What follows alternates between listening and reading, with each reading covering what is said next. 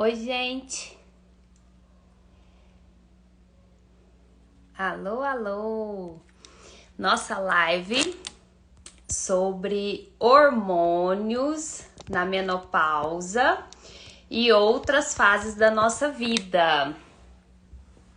Live muito importante, gente, porque a incidência de trombose por causa do uso de hormônios é bem alta.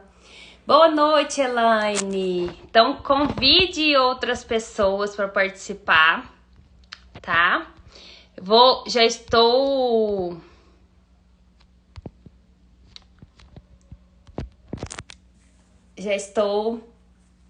enviando aqui, ó, o aviãozinho para todo mundo, tá? É um tema extremamente importante. Vocês sabem onde fica o aviãozinho? Liane, Jéssica, boa noite. O aviãozinho é aqui do lado, ó. Vocês enviam para todos os contatos, que eles vão ficar curiosos e vão entrar na live e participar com a gente. Porque realmente é um tema que merece ser abordado. Que a gente sempre pensa em prevenção, né, gente? O meu sonho é alcançar as pessoas de forma preventiva. Então, a informação faz isso com a gente, né? Nos ajuda a prevenir dessas bagaceiras. Então, vamos. Ó, a doutora já entrou. Eu dei uma atrasadinha, que eu cheguei de viagem hoje, mas a gente tá aqui firme e forte. Tá todo mundo mandando aí pelo aviãozinho? Tá me ouvindo bem? Conversa aqui comigo. Conversa comigo pra eu saber se tá tudo certo. Eu tô mandando aqui pros contatos. E aí, eu coloquei menopausa, gente, mas nós vamos falar sobre várias fases da nossa vida, né? É porque que o público maior é feminino. Mas a gente vai falar de modo geral, tá bom? Tá todo mundo me ouvindo bem? Como que tá? Conversa comigo. Mara, Jéssica, boa noite, Ana, boa noite, Dudinha, Miriam, Liane. Então, beleza. Ó, a doutora já entrou aqui, já mandou solicitação. Vou colocar meu cronômetro. Boa noite, Kelly, Jéssica. Boa noite, pessoal.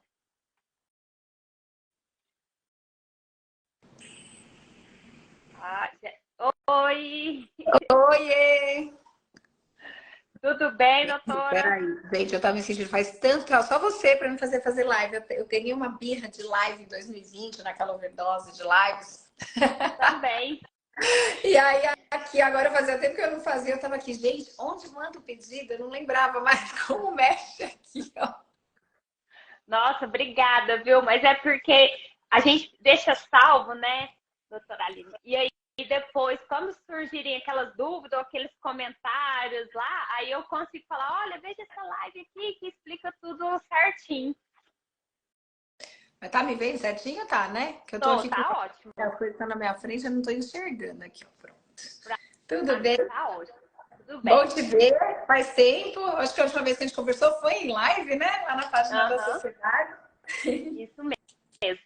Doutora, eu expliquei para todo mundo aqui, né, que a gente colocou o título, né, como menopausa, por ter uma correlação e pelo nosso público, no meu caso, ser a maioria feminina, de mulheres, mas que a gente vai conversar sobre as questões do uso de hormônio em várias fases da nossa vida e como isso impacta, né, na questão de ter um risco trombótico ou não, e especialmente as alternativas.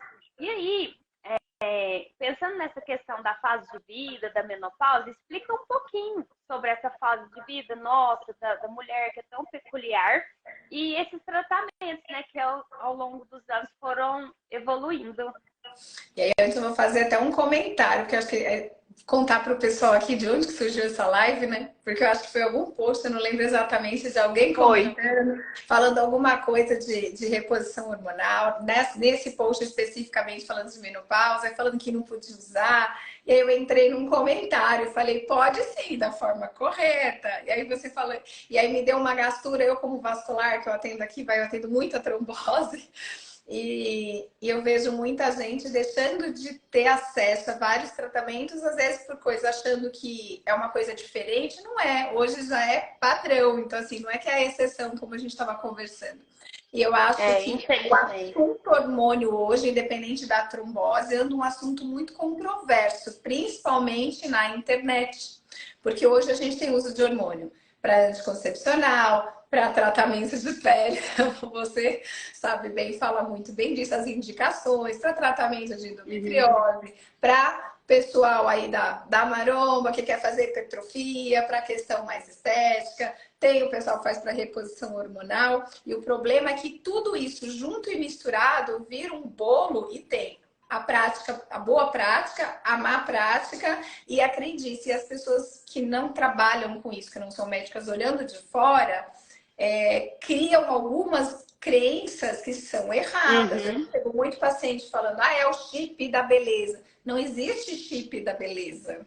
Isso aí ficou na moda falar de um tempo, mas na verdade existem implantes hormonais. Eu falo para o paciente agora, o que é que tem no implante? Que quantidade de hormônio? Qual hormônio que está ali? Qual foi a indicação daquele hormônio? É que interessa, mas não existe chip da beleza, nem implante da beleza, porque não existe hormônio para isso, nessa função.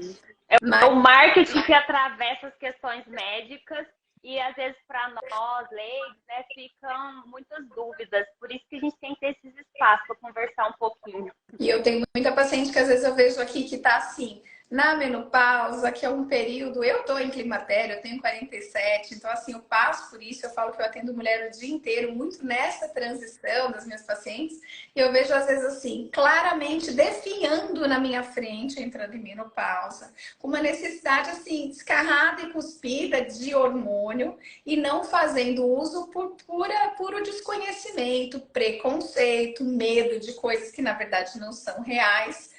E muita gente falando também coisas que não têm sentido.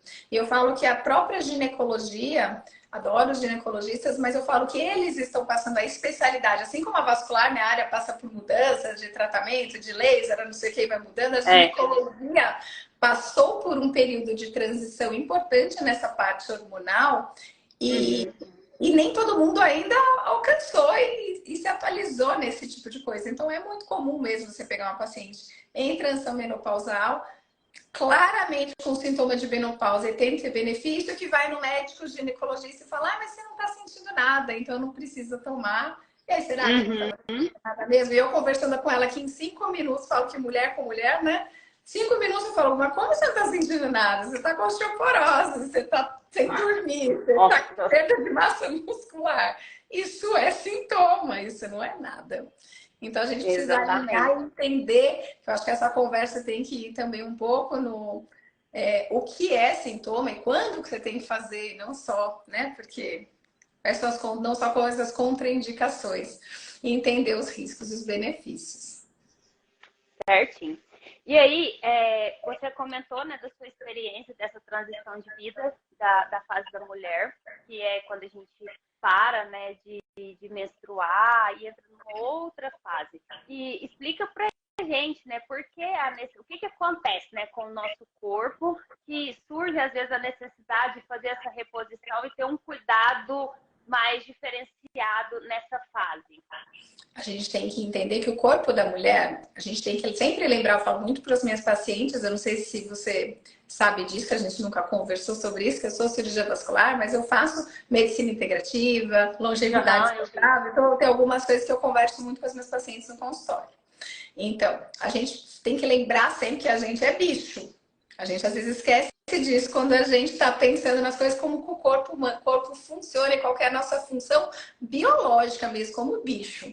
Eu falo que, infelizmente, uma professora minha da longevidade, a doutora Schnack, ela fala: a mulher foi feita para nascer, crescer, procriar e morrer e desocupar, para deixar espaço para as mais jovens. Porque aí deixa os homens irem um pouquinho mais para defender. Isso é a função bicho, ser humano, nossa biologia. Então, o nosso corpo foi feito, programado dessa forma. Então, o que é isso? Qual que é a tristeza que eu falo disso, infelizmente, mas que é bom que a gente tem como contornar? A gente nasce com os nossos óvulos. A gente sabe que as mulheres, diferentes dos homens, a gente não produz óvulos a vida inteira. Os que você nasceu com eles são os que você vai ter. Por isso, a idade da mulher reprodutiva tem um limite, porque os seus ovários, seus óvulos vão envelhecendo. Por isso que nessa faixa agora de 30 e poucos, mulheres que ainda querem ter filho, tem medo de não ter um parceiro ainda, sabe? Pensam muito, tá entrando muito nessa questão de congelar para poder guardar essa opção aí mais tarde. Esse é um assunto que também se fala muito, que também é outra prática que a gente não falou, ó, de hormônios, que elas vão ter que se submeter a terapias hormonais, ter as trombofílicas aí nesse meio, as trombosadas aí nesse meio também. Mas a questão a gente vai passar por essa fase em que a gente vai ter a menarca, que a gente fala que é a primeira menstruação, que é quando, teoricamente, quando a menina tá pronta para engravidar, certo? Essa é que é a função biológica. Claro que hoje, nos dias modernos, ninguém quer que uma menina de 12, 13 anos engravide. A minha mãe menstruou desde com 9 anos, hoje elas estão até menstruando mais cedo. Só que, né, nesse momento, essa menina tá pronta aí para uma vida reprodutiva. E assim ela vai ter essa ascendência de hormônios, vai estar com aquela pele linda, hormônio bombando, tudo ciclando bonitinho. Aí você vai ter os filhos ou não, mas em determinado momento, que em geral eu falo que é dos 40 até os 50 anos, a gente entra num período que a gente chama de climatério. Então tem paciente que às vezes grava climatério como menopausa. Tem paciente que chega aqui e fala, mas eu ainda não tô no climatério. Eu falo, mas quantos anos você tem? Você vê, tem, eu tenho 42, eu menstruo direito. Eu sinto te informar, você está no climatério. Porque o climatério não quer dizer que você já entrou numa menopausa. O que é a menopausa? É quando a gente tem um diagnóstico de 1 ano sem menstruar. 1 ano sem menstruar, você tem um diagnóstico, menopausa. Só que quando você deixa esse rótulo menopausou, você já menopausou 1 ano atrás. Certo? Esse diagnóstico é bem atrasado. E o que é o climatério? É essa transição que a gente vai ter de quando você teve filho, vai lá dos 40 anos mais ou menos, até em torno dos 50, que a gente fala que é uma idade média que a gente geralmente está entrando na menopausa. Mas a partir de 45 anos, a gente nem considera mais menopausa precoce, já é a idade para menopausar mesmo, de 45 até os 55 é a idade que a maioria de nós vai passar por isso. O que vai acontecer nessa transição? Progesterona vai cair, o estradiol vai começar a cair e a mulher vai começar a ter sintomas da falta dos hormônios. Por mais que a gente xingue, que a gente tem hormônio, que os hormônios deixam a gente doida, na verdade os hormônios femininos são uma bênção, porque é por isso que a gente infarta menos, a gente tem proteção pelos hormônios. O estradiol que a gente reclama tem um baita de um efeito anti-inflamatório no nosso corpo e tem uma função biológica muito importante. Então eu falo que nessa transição a gente vai começar a ter o quê? E perda de insônia, aquele soninho que fica difícil, você começa a acordar no meio da noite, só que geralmente a mulher nessa hora ou tá com filho pequeno, ou tá estudando, ou tá estresse de trabalho, acha, eu tô estressada, é o filho que me acordou, acha sempre uma desculpa de por que isso aconteceu. Aí começa devagarinho o ciclo a ficar irregular, ficar às vezes mais curto, muda o fluxo, pode começar a aumentar o fluxo menstrual durante o mês, só aquela menstruação fica um pouquinho mais exagerada. Eu brinco que geralmente no climatério a gente começa a ficar com uma TPM meio fora de controle. Então tem um paciente que eu falo assim, essa TPM já tá atacada. Eu falo que depois que a gente tem filho, eu tive depois, a sensação que a gente tem é que a TPM, de repente, sai de controle completamente. A gente quer assassinar o marido da criança, jogar todo mundo pela janela. Isso já é sinal de uma variaçãozinha hormonal. Porque a gente não tem simplesmente uma queda. Vai ficando meio bagunçado, que eu falo até oscila, né? Aquilo cair. Só que na hora que o estrógeno realmente cai, aí sim, começa a ter uma queda importante de qualidade de vida. Sintomas que a gente vai ter que são os mais conhecidos, que é o fogacho. O que é o fogacho? São sintomas vasomotores. Por que isso é importante? Porque quando a gente vai falar até de reposição hormonal, existem as indicações formais de reposição hormonal, que você vai discutir com a sua ginecologista. Mas os sintomas vasomotores, que é o fogaço, aquela coisa que você esquenta e tem aquele calor e começa a pingar e você não tem controle, fica toda vermelha, aí você está numa reunião, isso acaba assim com a qualidade de vida da mulher. Ela está no trabalho, numa reunião e de repente ela começa a ficar molhada de pingar a cadeira que parece que mergulhou numa piscina. Isso atrapalha muito a vida da mulher. Tem mulheres que não vão ter tanta coisa, vai ter uma taquicardia, uma sensação de peitos acelerados, todos são sintomas vasculares que a gente tem associado. E por que eu tô falando disso? Porque isso é um dos sintomas mais importantes para a gente se preocupar com o risco cardiovascular. Porque eu falo, quando cai o estradiol, a mulher empata com o homem e começa a aumentar o risco de doenças cardiovasculares. Então, a gente aumenta o nosso risco de infarto, aumenta o risco de derrame. A gente começa a fazer um monte de processos inflamatórios no corpo que vão causar, às vezes, uma névoa. A gente fala que a mulher vai ficando esquecida. A gente fica assim, parece que com a cabeça confusa, vai falar uma palavra, ai, aquela, a campainha, esquece a palavra. Você entende? Isso começa a acontecer. A gente não fala que é a névoa da menopausa. E isso daí dá uma precursão também, porque a gente começa a aumentar a incidência do quê? De Alzheimer. Por que mulher tem mais Alzheimer do que homem? Por causa da menopausa. Então, o que eu quero falar com tudo isso só, apesar de eu não ser ginecologista, é para a gente entender que o tratamento da menopausa, a gente vê os sintomas que a pessoa tem, a gente estratifica o risco, mas a indicação hormonal não é para a pessoa ficar, que muita gente tem assim, melhor, mais confortável. Ah, é para eu não ter o suadeiro. Ah, é porque para melhorar o meu sono. Isso não é para melhorar os seus sintomas. É para melhorar a sua qualidade de vida, a sua sobrevida lá para frente. Se você não perde essa janela de oportunidade e faz essa reposição agora, mais tarde você vai inflatar. Mais tarde você vai ter Alzheimer. Mais tarde você vai começar a ter osteoporose. Entendeu? Até fratura óssea, ganho de massa muscular. E isso é importante e impacta muito na saúde feminina e na mortalidade. Então, eu falo que depois da menopausa é assim, só ladeira abaixo. Cai a massa muscular, você treina que nem uma louca e não consegue ganhar. A gente que tem aquela gordurinha que eu falo que a gente é assim, inteirinha, né? Cintura, corpo, bumbum brasileira. Na menopausa a gente inverte, começa a perder bumbum e coxa e ganha barriga e braço. A gente fica assim, ó. Você entendeu? Começa a ficar maior aqui em cima e menor aqui. E qual que é a importância disso? Aumenta risco cardiovascular pelo aumento de gordura intraabdominal. O estrógeno, a gente fala que a ação do estrógeno estimula a lipase, que queima a célula de gordura dentro da barriga e diminui o risco. Quando a gente entra na menopausa, a gente para de produzir essas lipases. E a gente aumenta a produção de gordura lá dentro da barriga, por isso ganha aquela barriguinha que você não tinha antes. Isso tudo conversa com a menopausa. Isso a gente conversando, porque eu acho importante a gente entender a importância da reposição hormonal. Porque às vezes, quando a gente vai conversar aqui no seu grupo, principalmente, que eu já conheço, eu atendo muita paciente que já teve quadro de trombose, é difícil, às vezes, ela entender o peso, a importância que vai ter se ela tem indicação da reposição hormonal. Ela tendo uma doença tão grave, que foi uma trombose, ela tomando anticoagulante, ela morreu de medo da trombose. Só que a gente conversa, ela tem medo da trombose. E aí, por conta desse medo aqui, ela, em vez de fazer uma coisa que ia ajudar ela no futuro, ela acaba abrindo mão disso aqui e piora tudo. Que é, além do risco da trombose, ela agora ainda vai piorar um monte de coisas na vida dela.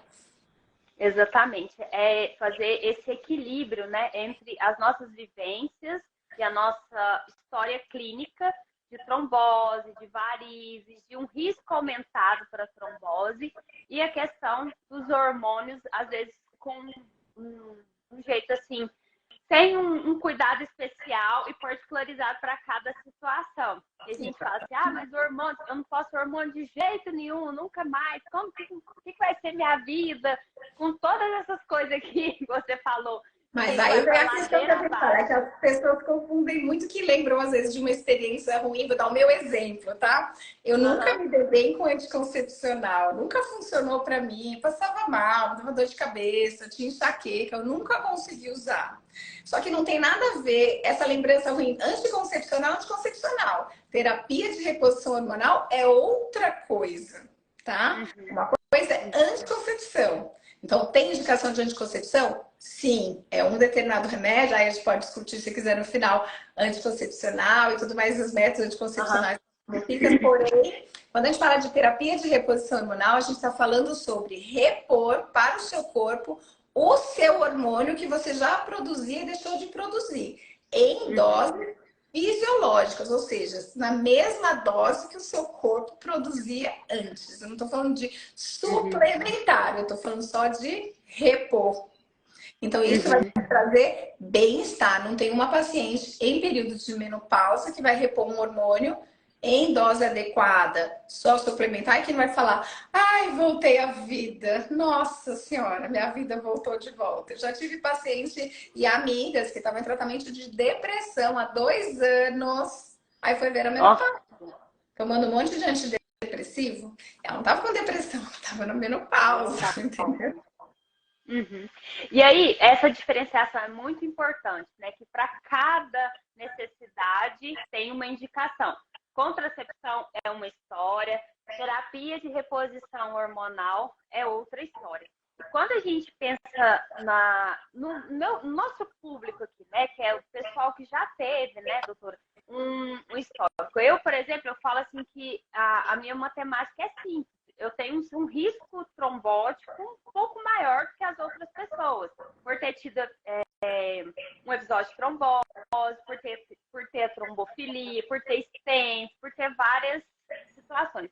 Quando a gente pensa, né, para a gente falar um pouquinho desse medo e das alternativas, quando a gente pensa nesse público, né, que já tem uma história clínica, né, de problemas vasculares. Como que seria, né, a conversa, o olhar para a gente nessa situação? Porque eu tenho muitas pessoas, né, que estão nessa fase, né, 40, 50, e me fala desse medo assim abertamente. E infelizmente, ou assim, por um descuido, alguma coisa, recebem alguma orientação assim, de não poder de jeito nenhum. E aí a gente conversar sobre isso é importante para ajudar elas a buscar mais informações e outras opiniões médicas. Então, a gente tem que entender o seguinte: reposição hormonal na menopausa. Até um tempo atrás, como que isso era feito? Igual uma pílula primeiro, a gente fazia reposição hormonal com pílula anticoncepcional. Isso não é reposição hormonal, isso é outro tipo de hormônio, então isso já está errado.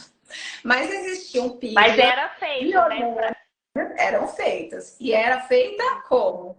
Via oral, comprimidinho. Uhum. E aí, naquela época, houveram estudos onde a gente percebeu que realmente aumentava o risco de trombose, de risco cardiovascular, e também houve um aumento que foi confuso, que eles acabaram relacionando com o aumento de câncer de mama. E isso Ai, causou, Deus me livre. começou assim, a aumentar muito, ninguém tomava reposição hormonal. Aí teve uma febre, todo mundo prescrevia reposição hormonal oral. Aí aumentou infarto, aumentou o risco de trombose, aumentou o risco de câncer de mama. Aí o que aconteceu? Demonizou a reposição hormonal. Começou todo mundo a não fazer mais. Estou falando de anos atrás isso, tá? E aí, o que Aham. aconteceu? Vamos rever os estudos, aqueles estudos lá que a gente viu os aumentos. E o que a gente sabe? Aumentou o risco de trombose? Realmente aumentou. Por quê? Porque quando você repõe. Deixa eu só fazer um pause, fazer um tom contrário. Falar do câncer primeiro para tirar esse do assunto, que não vai ser o nosso. Aí foram Aham. rever. Aumentava mesmo o câncer de mama? Não, aumentou em um subgrupo específico lá que foi estudado. Hoje a gente sabe que o maior fator de risco para câncer de mama, repito, não é reposição hormonal. Reposição hormonal na menopausa não aumenta o risco de câncer de mama, pelo contrário. Em mulheres que têm bom estilo de vida, fazem atividade física, que se cuidam, ele diminui o risco. Então, para quem que a gente não vai indicar pensando em câncer de mama? Em pacientes que têm histórico pessoal com alguns tipos de câncer muito específicos, então tem que ter indicação lá do seu ginecologista, do seu mastologista, ou então pacientes obesas, que é o maior fator de risco para câncer de mama, é obesidade, certo? Uhum. O que acontece com a obesidade? Sempre que você vai lidar com obeso e hormônios, tem que tomar cuidado, porque esse hormônio acaba ficando sequestrado na gordura e ele não vai agir da forma que você está esperando, tá? Então, tirando esse assunto câncer aqui, vamos falar agora do nosso mundo aqui, que é falando da trombose. Então, aumenta o risco de trombose? Aumenta. Por quê? Porque a gente ingere aquele comprimido, ele passa por metabolização no fígado e aí ele altera os fatores de coagulação. E aí realmente aumenta o risco de trombose. Mas o que aconteceu a partir de então? Mudou o jeito que a gente faz reposição hormonal. Então, assim, primeira coisa, quem é o vilão quando a gente fala de aumentar risco de trombose? A gente tem que lembrar, quando a gente fala de hormônio, a gente está falando de três coisas. Dos progestagênios, que são as progesteronas, digamos assim, tem vários tipos. O etililistradiol, que é o estrógeno, e testosterona, tá? A gente tem que lembrar sempre desses três, são coisas diferentes. Então, quem é o que era o grande vilão naquela época da pílula viral que aumenta o risco de trombose? O estradiol, tá? Progesterona não aumenta. Isso aqui já vale também pensando lá na mesma coisa para as pílulas, já que a gente está falando aqui, vai adiantando. Vai mudar a dose, a gente tomar, mas aí, o raciocínio é o mesmo. Então, quando a gente fala de estrógeno vioral aumenta o risco de trombose, tá? Agora, progesterona aumenta o risco de trombose? Não, em nenhuma via. Você pode ser de qualquer forma. Injetável, implante, pela vagina, pelo viral, você pode tomar de qualquer jeito. A progesterona não aumenta o seu risco. As progesteronas, de forma geral. Vão ter vários tipos. Ela e o estrógeno, geralmente, só fazem juntinhos ali a duplinha no anticoncepcional, tá? É que geralmente aí a gente tá falando de hormônio sintético, não é o hormônio. É que agora não pode falar bioidêntico, mas enfim, seria como se fosse igual o que o seu corpo, parecido com o que o seu corpo faz. Quando você fala em pílula combinada, aumenta o risco. Então, por isso que a gente fala muito que as pacientes que têm risco de trombose deviam usar pílulas do quê? Só de progesterona. Então, paciente que tem trombose, o risco de trombose não quer aumentar o risco, pode usar pílula que só tem progesterona. Cerazete, esse tipo, as parentes dela que são só progesterona, ou o dioxirena, que é só progesterona, ou de cobre, de coisa que não tem hormônio. O jeitinho que eles comentam aqui, que eles falam assim, é como se fosse um anticoncepcional mais fraquinho, é o jeito que eles comentam aqui na linguagem do... É um jeito diferente de fazer anticoncepção. Eu falo que quando você faz um anticoncepcional combinado, às vezes você bloqueia a ovulação, a progesterona ela age onde? No endométrio. Então ela deixa como se fosse o seu útero menos favorável para o teu embrião não conseguir desenvolver ali. Então o DIU também, o hormônio Cailina e o DIU Mirena, que são DIUs hormonais, os hormônios que tem neles são progesteronas. A pílula do dia seguinte é de progesterona. Então, apesar de ser uma bomba de hormônio, é progesterona, não aumenta o risco de trombose, tá? Estou falando lá dos anticoncepcionais. Por que eu estou falando aqui na reposição hormonal? Porque quando a gente fala de reposição hormonal, a gente geralmente repõe os três. Por quê? Progesterona é a grande vilã do sono, que eu falo, que é geralmente que dá aquela coisa da insônia, da alteração do sono, aí na menopausa é mais a progesterona do que o estradiol. Mas ela pode ser usada de qualquer forma e ela é usada para proteger o endométrio, porque senão, se você dá só estradiol, aquele endométrio vai crescendo e aumenta o risco de câncer de endométrio. Então, sempre que você vai repor estrógeno, fazendo uma reposição hormonal, você tem que entrar com a progesterona para proteger esse endométrio. Você nunca entra com o estradiol sozinho. Agora, quando a gente vai falar do estradiol, do vilãozão lá, posso usar? Pode. Qual que é a via de escolha hoje para se usar estradiol? Qualquer coisa que não passe pela boca. Então, a gente vai fazer gelzinho, implante, injetável, adesivo, ou seja, é direto no sangue. Ele não passa pelo fígado. Então, o estradiol, nesse formato, não aumenta risco de trombose. Uhum. Tem uma progesterona lá que a gente estava falando, entendeu? Então, na reposição hormonal, você pode usar. A questão é a via, não é que o hormônio é diferente, é o jeito de tomar que você tem que mudar.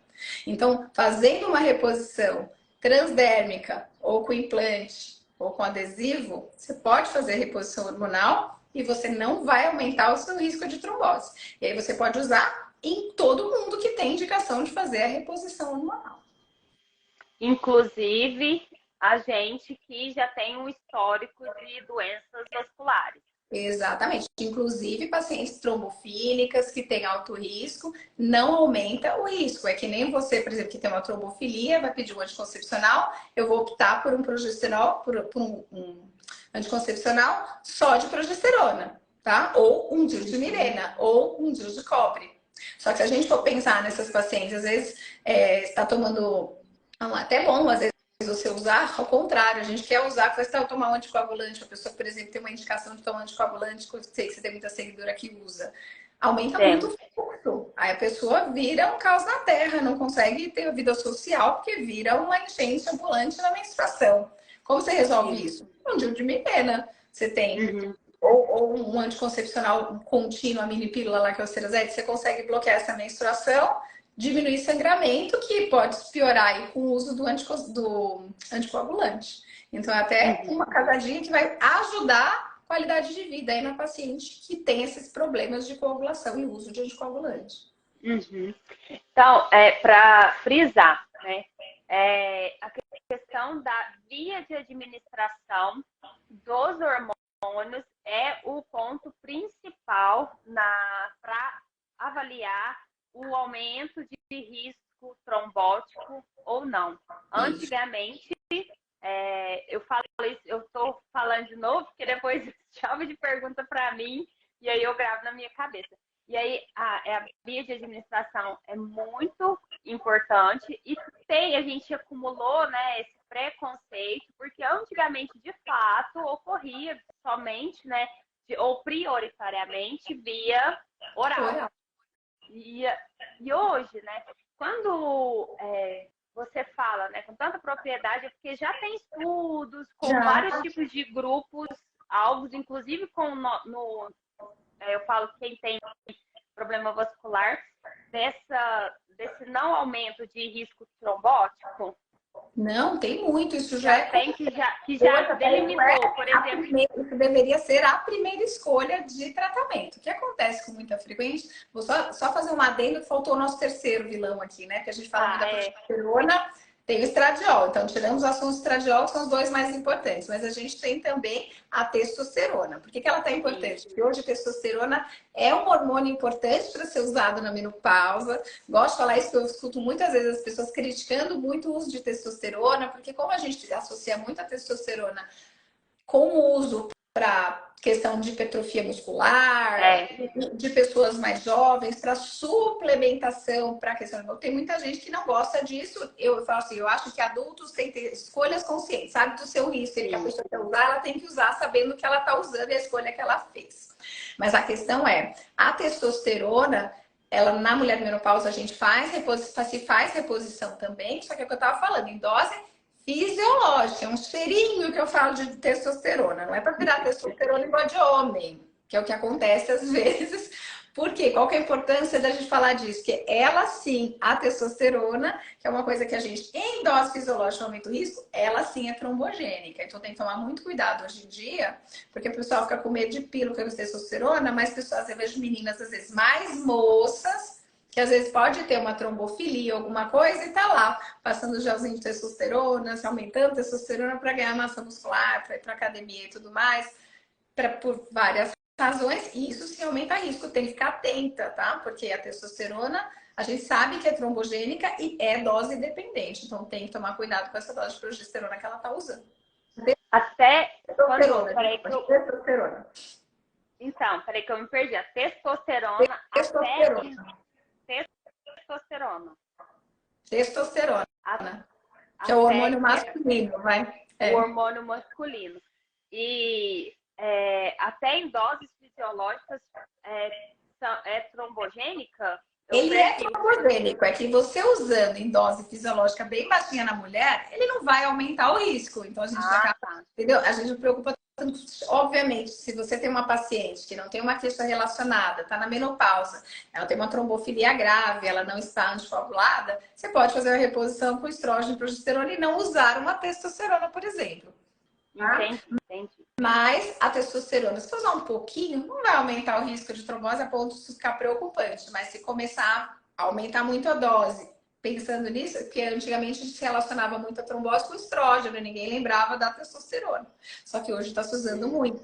Então tem que ficar lembrar que a testosterona não é tão inócua assim, tem suas questões também envolvidas. Então tem que saber, discutir com o seu médico, entender o que você tem e particularizar o caso. Tá? Claro. E lembrando de uma coisa, Thalita, que a gente fala aqui, pra você ver a importância que tem uma reposição hormonal, por que às vezes a gente não vê, que a gente tem que lembrar, que eu não sei se as seguidoras, a gente tem que lembrar que eu, por exemplo, aqui no consultório particular, que eu tenho acesso, que eu posso prescrever o que eu quiser, minha paciente tem condições de comprar. Mas também tem paciente que está no SUS e que não tem condição e tem que fazer com que o governo dá, e às vezes você tem lá uma reposição hormonal oral, que é o que eu estou dizendo que aumenta risco. Uhum. Opa. Voltei? Voltou. Sai. Que aumenta risco, e é uma paciente que tem uma indicação clássica. A paciente chegou lá no SUS, ela não tem condição de comprar nada, ela tem que se virar com o que tem lá no SUS, ela tem fogaço, tem densitometriose alterada com osteoporose, ela tem um baita benefício óbvio com a reposição hormonal, ou seja, uma paciente que pesa muito, que precisa de uma reposição hormonal. Mas ela é trombofílica e eu só tenho via oral para dar. O que a gente pode fazer? Oi. Tô te esperando, tô perguntando. O que você você é uma pergunta? É uma pergunta, alguém sabe? Olha, Aí vamos ver se alguma das seguidoras sabe. Porque eu falo que a gente tem que aprender a lidar com situações e situações. A gente não pode ser hipócrita e achar que todo mundo tem acesso a tudo. Não, Então, a medicina tem que ser individualizada para todo mundo ter acesso aos melhores tratamentos. Então, assim, uma paciente dessa com uma indicação formal, às vezes, se é tão importante para ela a reposição, vale mais a pena a gente entrar com uma reposição via oral e associar um anticoagulante em dose preventiva, ela vai estar melhor, com a vida melhor, do que eu privar ela do anticoncepcional por risco de trombose. Você entendeu? Você entra com o que eu falo, né? Eu buscaria as alternativas de uma necessidade de entrar mesmo numa farmácia de alto custo, de tentar vias talvez até judiciais para ter esse tratamento especializado.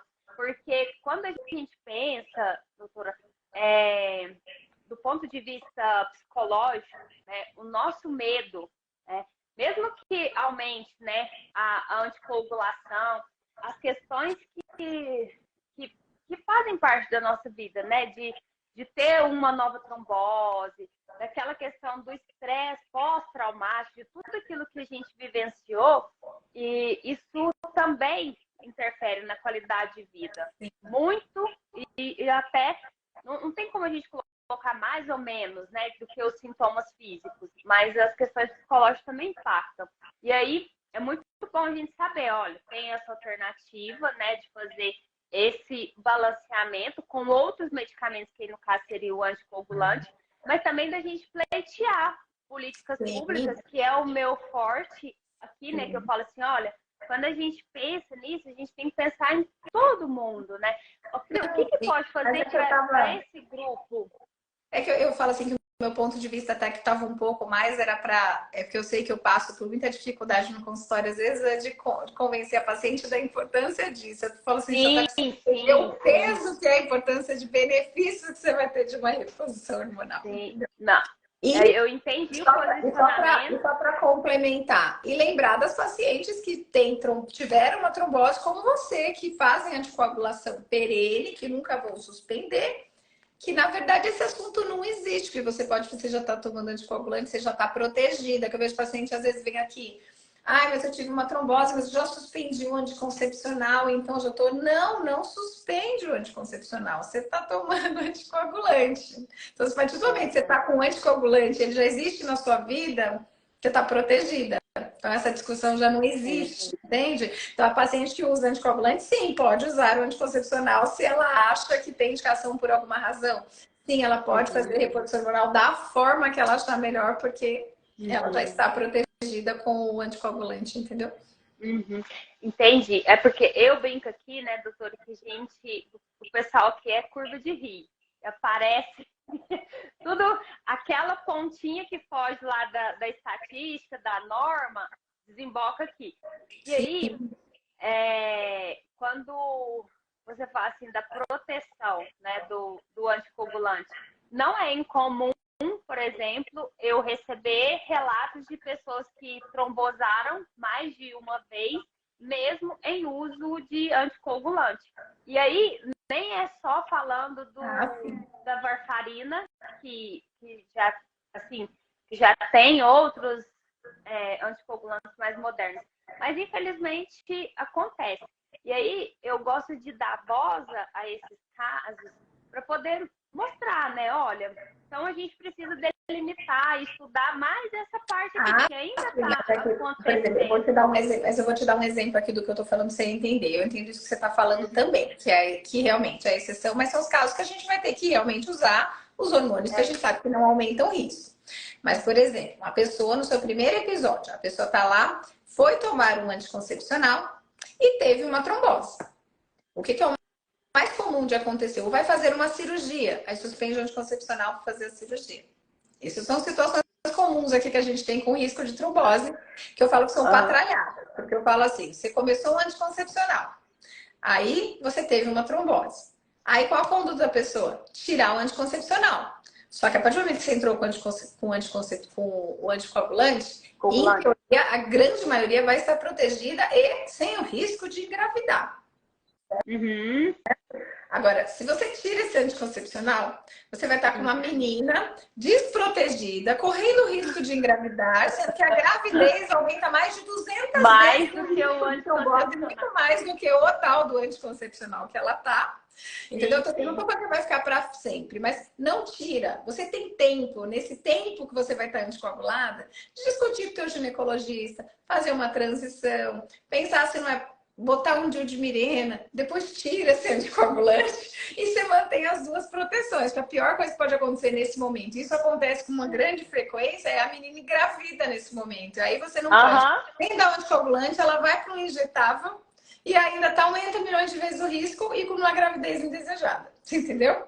Então, tem que pensar assim com calma. Paciente que está usando anticoncepcional, vai, tô falando que são dúvidas comuns de tromboses e hormônios, essas dúvidas que mais aparecem para a gente tirar em rede, em curso e tudo mais. Mas já fez a cirurgia, faz uma cirurgia plástica, já usa anticoncepcional há 1 ano, há 2 anos, já está estabelecido aquele anticoncepcional. Aí mandam parar o anticoncepcional para a cirurgia, para não aumentar o risco. Aí a pessoa faz a pausa. Aí ela fica um tempo sem aquele anticoncepcional, depois a cirurgia reintroduz. Só que você já deve, não sei se você já falou isso aqui na sua página, imagino que sim, que cada vez que você Sim. faz uma pausa dessas, você aumenta o risco, porque a maior risco de trombose é nos primeiros 3 meses de uso de pílula. E aí você expõe a pessoa de novo àquele risco que ela já tinha estabilizado do começo que ela já tinha usado. Então você não tira. E principalmente que eu vejo às vezes pacientes, hoje nessa linha de tudo é natural, de meu corpo natural, não tenho nada contra, mas eu falo assim que as pessoas às vezes param o anticoncepcional para descansar do anticoncepcional, para o corpo ficar natural um tempo, mas com a intenção de deixar ele descansar um tempo e depois voltar. Eu falo, então não descanse, o seu corpo não está cansado, deixa ele com o seu anticoncepcional em paz, que você já está, passou dos 3 meses, você já estabilizou o seu risco. Você quer tirar ele para tirar para sempre, é uma coisa. Agora, ficar tirando, voltando, tirando, voltando, isso não é uma boa ideia. Você aumenta o risco. Uhum. Sim, sim. E aí, quando a gente pensa nessa questão da reposição, a gente tem que bater na tecla que é uma reposição daquilo que o nosso corpo para de produzir, dos hormônios que param de produzir na fase, né, dos 40 a 50 anos e aí para frente. quando... aí, mais específico ainda, sempre pensar na via de administração. E hoje nós temos os recursos, né? Transderm, que fala. Geralmente você pode usar ou em gelzinho, que você pode manipular, que você pode usar geralmente pode usar o estradiol, a progesterona e a testosterona pode ser usado em gel. Você pode usar em gel o estradiol e a progesterona via oral, e a testosterona em gel, ou sem testosterona não é obrigatória, mas assim, pensando só no estradiol e a progesterona, que são os principais. Progesterona pode ser via oral, ou em gelzinho, ou às vezes coloca até via vaginal, tá? Que é o Ultrogestante. Agora, se você pode usar o estradiol em gel manipulado, existe em adesivo, que você só coloca e gruda o adesivo e vai trocando. E você tem ele também em implantes em formato de pellets, ou que são os implantes reabsorvíveis, que você coloca, ele vai reabsorver, você vai trocando de 6 meses. Ou aqueles que são Silastic, que é de plástico, que ficam uns granulzinhos dentro, que duram um pouco mais de tempo, dura 1 ano, mas você vai depois tem que trocar e tem que tirar aquele plastiquinho. Ótimo, então, que a gente já entendeu que nós temos alternativas para não ter esse risco trombótico aumentado.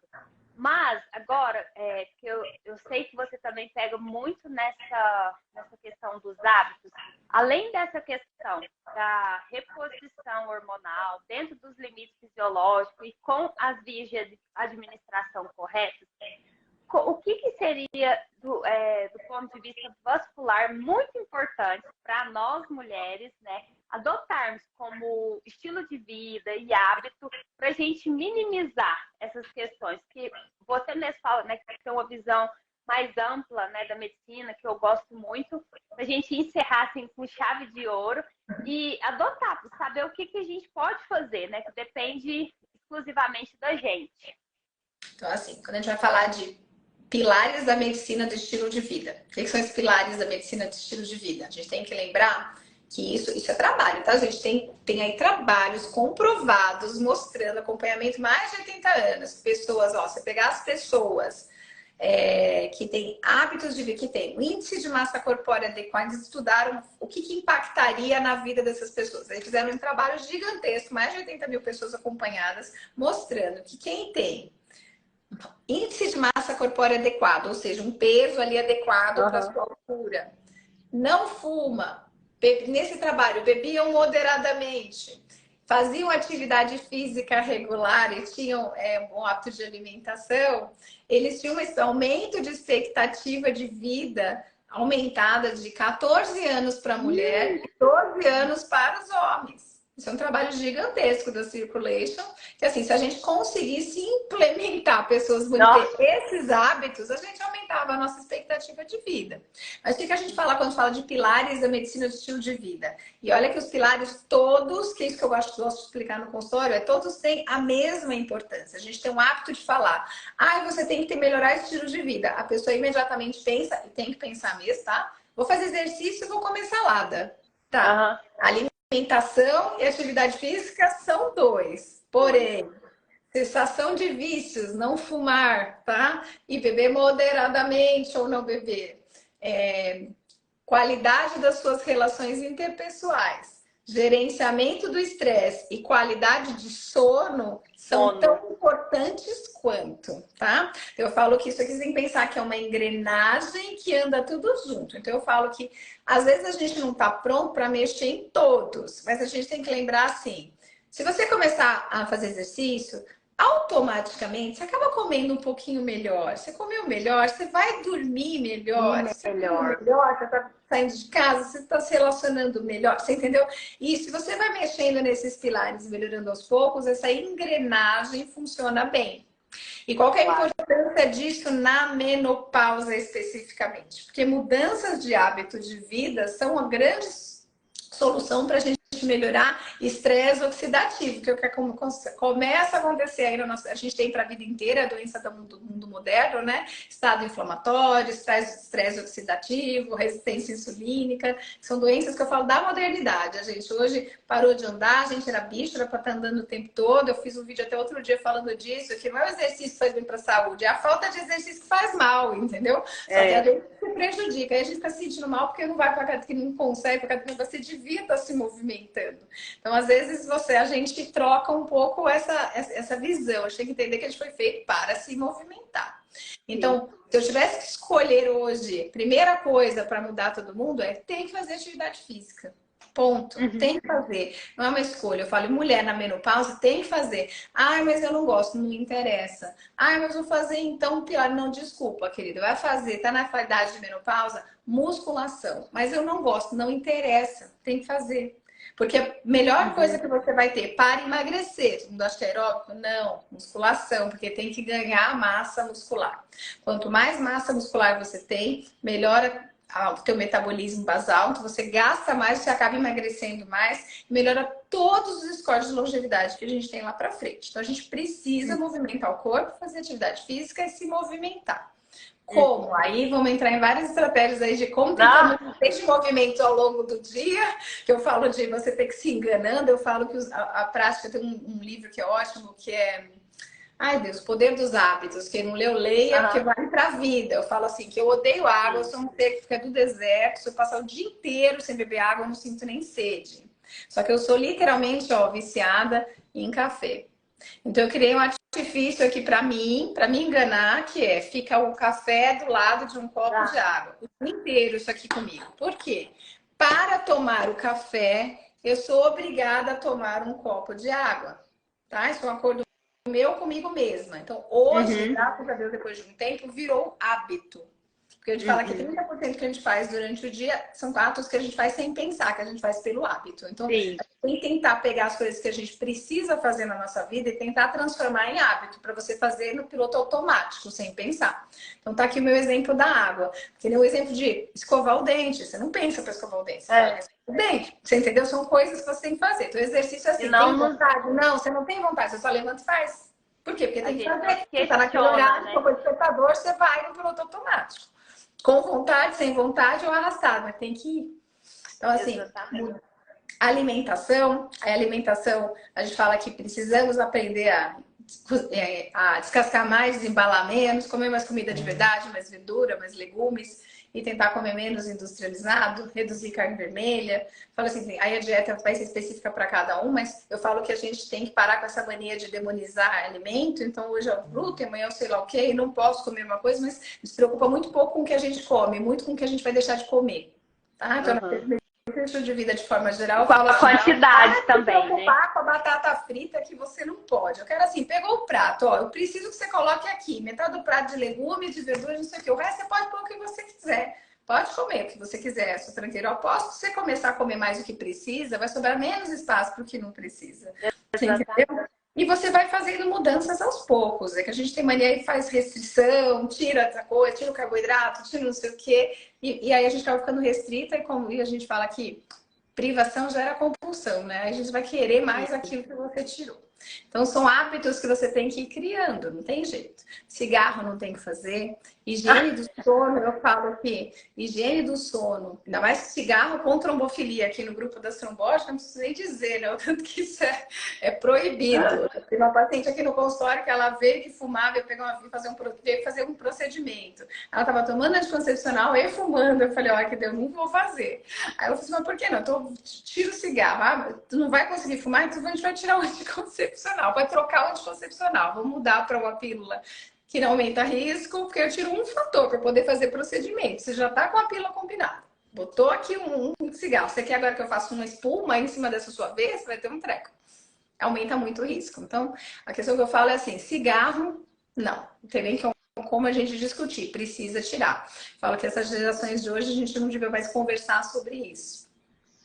E o pilar que eu falo que é muito importante e negligenciado, que é o pilar do sono, né? Fazer higiene, eu tô falando rápido, eu sei que vai cair daqui a pouquinho, queria que desse tempo.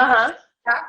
Porque eu falo assim, qualidade de sono, gente, é vida. Eu falo que o faxineiro noturno, que é a nossa melatonina, é o grande antioxidante que entra lá nas suas células, nas suas mitocôndrias, limpa e faz uma faxina. E isso acontece durante a noite. Se você não foi dormir até as 10 horas da noite, você está em sono profundo lá para as 11, você perde o bonde do teu antioxidante, começa estresse oxidativo, a gente fala de dano cerebral, você começa a ficar esquecida, fica com insônia, acorda cansada no outro dia, não tem rendimento, vai drenando sua energia. E na menopausa, isso já é um processo que acontece naturalmente. A higiene de sono é assim uma coisa que tem que fazer todo mundo, porque é uma bênção ter uma noite de sono bem dormida. Só quem não dorme bem é que entende isso de cara o que eu tô falando. Mas é uma coisa que todo mundo, desde jovem, já devia começar a aprender a fazer. Desligar o celular cedo, tirar excitatórios, café, isso aqui depois das 3 horas da tarde, fazer um ritual ali na hora de dormir, apagar as luzes, tirar estímulo, botar o silêncio para a gente conseguir produzir melatonina, diminuir o cortisol e entrar num ciclo e acordar melhor no outro dia. Ufa! Foi excelente. Também deu tempo de eu falar antes do Instagram cortar a gente. A gente terminar um pouquinho. É porque pilar de medicina e estilo de vida, se for falar, vou ficar aqui 5 anos. Dá para fazer uma live de cada pilarzinho aqui de coisas que a gente pode fazer, né? Sim, mas excelente, porque a gente tem que ampliar essa visão de coisas que nós temos acesso, controle, mas precisamos adotar esses hábitos. Um beijo enorme, muito obrigada pela disponibilidade, não só pelas pessoas que participam aqui ao vivo, mas depois eu jogo no YouTube, eu te posto aqui. Gente, a doutora Aline atende em São Paulo, tá? Maravilhosa, tem conteúdos todos os dias, produz muitos conteúdos, vou marcar o Insta dela aqui. E desde quando esse Instagram que era mata ainda, eu brinco, sempre esteve aqui participando, trocando ideia, conversando comigo e participando das lives, tá? Então, aí, ó, Miriam, ela é excelente. Pode seguir lá, doutora. E eu te agradeço muito, viu? Obrigadão, porque nós não tínhamos esse tema aqui, nós não tratamos... Não falava ainda do hormônio aqui? Não tinha. E aí vai ficar salvo, tá? Meu beijão pela disponibilidade. Você é mãezona, sei que corre pra cima e pra baixo. É que você deu sorte que as férias eles estão na avó hoje, então deu certinho estar aqui com vocês. Tá bom. Mas beijo, doutor. Obrigadão, viu? Um beijo. Beijo. Tchau, gente. Tchau, doutor. Beijo.